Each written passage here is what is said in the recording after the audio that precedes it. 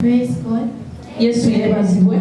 By the names of Tumukize Shirat. Amanya gange nze Tumukize Shirat. And I am a senior 1 student. Era ndi muyizi nsoma mu senior 1. I'm here to testify for the God of Brother James. Era ndi wano okuweera Katonda wa Brother James obujulizi. I first thank him for my life. Njagala nsooka kumwebaza ku lw'obulamu bwange. I thank him for the family I have right now. Ne mwebaza ku lwa family gy'ampadde wano ku Tilo. And I thank him for this church. Era ne mwebaza ku lw'ekkanisa. I have a lot of testimonies. Obujulizi bwange bungi nnyo. And the first one is about olusooka my relationship with my father. Obusooka bwogera buli ku kolagana yange ne taata wange. Me and my father, we used to not connect that good. Nze ne taata wange twali tetukwatagana bulungi. So I used to pray all the time that me and him will work, as he's my father and I am the daughter. Nasabanga nnyo nti Katonda azze bujja okukolagana kwange ne taata wange. So last Sunday, era Sabbiiti eyise I went back home. Naddayo ewaka. I was like, now he's going to start quarreling with me again. Era ne ngamba nti taata wange agenda kuddamu annyombese. I arrived home with my sister. Natuuka ewaka ne mwannyinaze wange. My father gave me a plate of food. Taata wange ate yampaamu sowaani y'emmere ekifo ky'okuyomba. My father told me that you eat my daughter. I was like, what is happening? Taata wange n'agamba muwala wange lya ne neebuuza ki ekigenda mu maaso. Thank God for that. Era neebaza nnyo Katonda ku lw'ekyo. My second testimony is about my education. Obujulizi bwange obwokubiri lwa misomo gyange. I'll start with my performance. Era ngenda kutandika ne performance yange. Me in first time I performed good. Mu ttaamu esooka nakola bulungi nnyo ku ssomero. Then second time I was somehow. Ate ttaamu ey'okubiri nali awo somehow. Then in this third term, ttaamu ey'okusatu we did the mid-term exams. Twakola ebibuuzo bya mid-term. They gave me the activity of integration. Bamuwa ebyo. I looked at the paper. Netunuulira ekibuuzo. It was a chemistry paper. Kyali kibuuzo kya chemistry. And I hate that subject. Ate nze eyo subject sigyagalirako ddala. I looked at the paper and I was like, what am I going to do? Natunuulira ekibuuzo ne ngamba kati biki bye ngenda okuwandiika wano. But from nowhere the answers just came. Naye nali awo ansa ne zitandika okuyiika. I just filled the paper with answers. Era ne nzijuza ekibuuzo ne ansa zonna ze nali nfuna. And the teacher asked me, did you copy from the book? Era omusomesa n'ambuuza gwe wakopa okuva mu kitabo. I was like, no, I did not copy. Ne mugamba nedda saakopa. So we went for break and came back for a CRE paper. Ne tugenda ku break ne tukomawo okukola Christian religious education. They brought the paper and there were 2 questions. They asked us to pick one question. Baleeta ekibuuzo. Mu ekyo ekibuuzo mwalimu ebibuuzo bibiri nga tulina okulondako kimu. I was seated with three students. Nali ntudde n'abayizi balala basatu. 1 boy, 2 girls. Omulenzi omu abawala babiri. And the girl was next to me, the boy was this side. Ku luli lumu waliyo omuwala ku sayidi yange endala nga waliyo omulenzi. They asked me which question are you going to attempt. Bano abayizi ne bambuuza nti ngenda kukola kibuuzo ki. I told them pick the question of your choice. Ne mbagamba bo balonde ekibuuzo kyo kye basobola okukola. May I pick the second number? Nze ne nondamu namba ey'okubiri. I started writing my answers. Ne ntandika okuwandiika ansa zange. The students started copying me. Kati abaali banyinaanye ne batandika okukoppamu nze. The girl copied my name. Omuwala n'akoppa n'erinnya lyange. I was like, you, the answers are down, stop copying my name. Namugamba gwe ansa ziri wansi lwaki okopye ku linnya lyange. Then the boy was copying my age, my father's name, Ate my mother's name. omulenzi yakopamu emyaka gyange, amanya ga taata wange, amanya ga mama wange. I told you to pick a number of your choice. Why are you answering my answers? Nabagambye mulondemu enamba ze musobola okukola kati lwaki mulondamu eyange. So the girl said, hey, this is your name. I was like, yes, that is my name. Omwana n'amubuuza n'okumubuuza kyogamba lino linnya lyo ne mugamba lino linnya lyange. Then I told her, if you don't know the SP of your name, I can spell it for you. Ne mugamba oba tomanyi kuwandiika linnya lyo osobola oddikugamba n'owandiika. And the boy seated to me was a Muslim. Kati omulenzi eyali anninaanye yali musiraamu. It was like, I don't know this paper. N'agamba nze no pepa sigimanyi. Then when I saw in his paper, he copied the name of my mom, my dad, my siblings. Kati bwe nalaba mu pepa ye ate ng'akopyemu amanya ga taata wange, amanya ga mama wange n'aga baganda bange. I told him, don't you have siblings? He was like, yes, I have. Then write the names of your siblings. Then he said, okay. Namubuuza nti bwe tolina baganda bo kati lwaki towandiikamu manya ga baganda bo. Then I read my mother's name on his paper. I told him, wait, do you have the same name? Does your mother have the same name as mine? Kati bwe nalaba erinnya lya mama wange ku pepa ye ne mubuuza ky'ogamba nze naawe tulina mama y'omu. So they were both confused. They copied all my answers. I was like, you're the one who knows. Baali awo bonna nga bali confused ne bakopa ne answer zange zonna.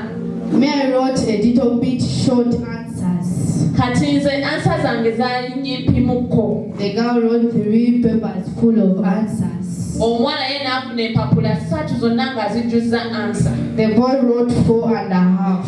Omulenzi n'ajjuza empapula 4 n'ekitundu. I wrote on 1 paper. It was a half of a paper. Nze answer zange zajjuza hafu y'olupapula. Yes. So Kitundu ky'olupapula. we gave back the papers.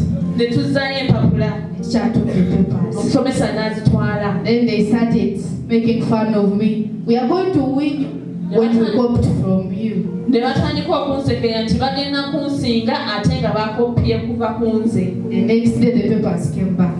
Kati olunaku olwaddako empapula ne zikomawo. I had 75.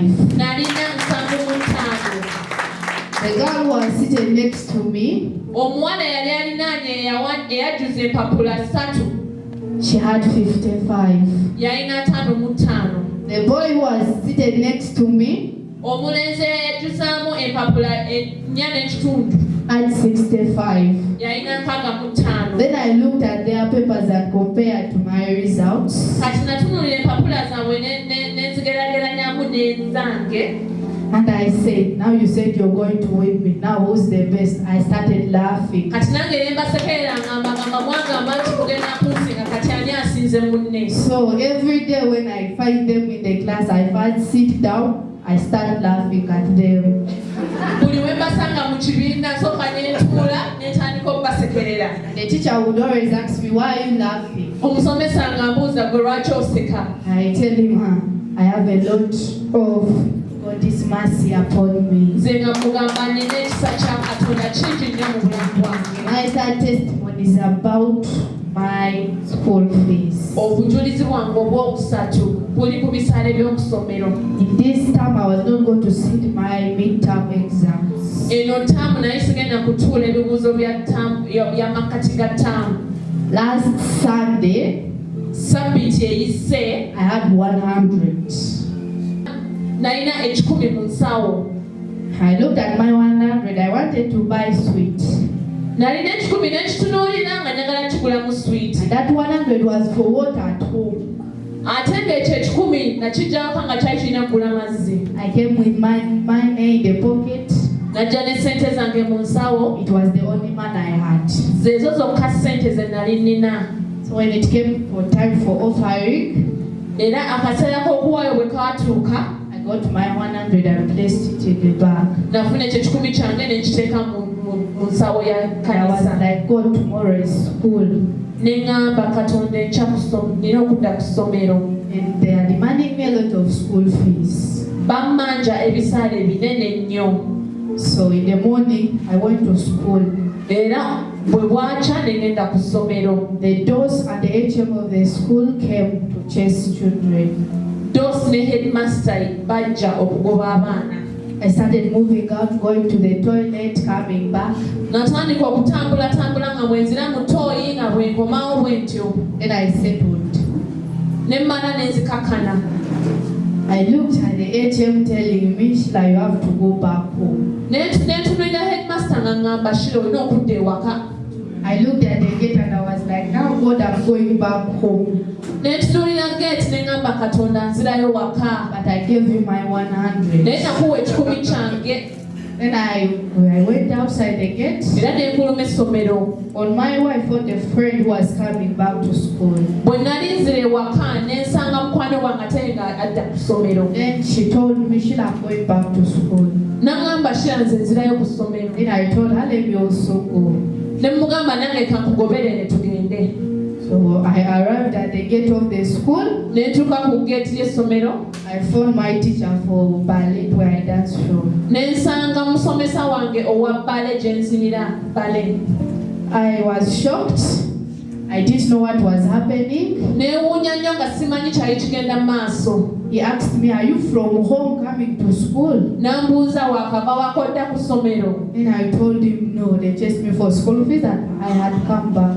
Ne mugamba nedda babadde bangobye ku lw'ebisale by'essomero naye nsazeewo ne nkomawo. He asked me, where's the high school, the office? N'ambuuza ofiisi ya HM eriwa. I took him straight to the office. Ne mutwala direct ku office. He paid for me all my school fees. Yasasula ebisale byange byonna byali bibulayo. And they were demanding me a room. Era baali bammanja ne rimu y'empapula. He bought for me that room. N'akingulira. When I remember the day it was a Sunday, I was dancing here. Abooluganda mujjukire olunaku musajja wa Katonda we yansinya wano bbale maaso wano. And he told me that you keep on dancing. N'angamba weeyongereyo okuzina. Something will come out of that dancing. Era waliwo ekijja okuviramu okwo okuzina okwo.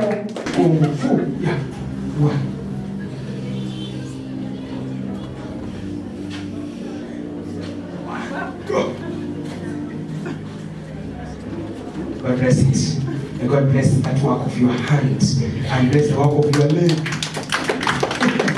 So I thank God for that. Era neebaza Katonda ku lw'ekyo. And my fourth testimony is about my life. Obujulizi bwange obwokuna bwa bulamu bwange. This whole week, Eno wiiki yonna accidents have been behind my back. accident zonna ezibadde zibaawo zibeera mabega wange nga nakayitawo.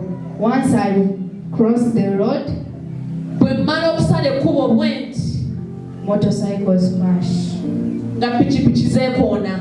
If I am passing nearby a road, Bwe mba mpita kumpi n'ekkubo then something falls down, I have to go and get it. wabeerawo ekigwa ne ngenda n'ekifuna. And then I just hear cars, they have knocked a person. Nga mpulira ate nti emmotoka ekoonye omuntu. I thank God for my life. Era neebaza Katonda ku bw'obulamu bwange.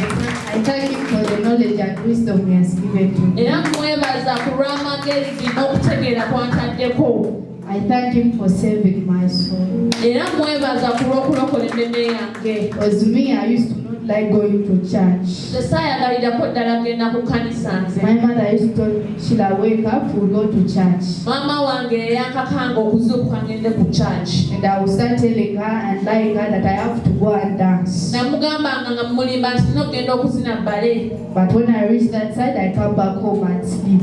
Naye bwe ntuuka eri nkomawo ne neebaka, nkomawo waka ne neebaka. But since I entered the Love of God church, Naye okuva bwe najja ku kwagala kwa Katonda kkanisa, I can wake up in midnight. I start washing the clothes, preparing for tomorrow. nzukuka ssaawa 6 ez'ekiro n'enjoza engoye nga ndi mu kwetegeka kujja ku kkanisa ku makya. And I will be the first person to dress up, getting ready. Ewaka nze asooka okwambala engoye okwetegeka okujja okujja ku kanisa. I thank God for my testimony. Era neebaza nnyo Katonda ku lw'obujulizi bwange.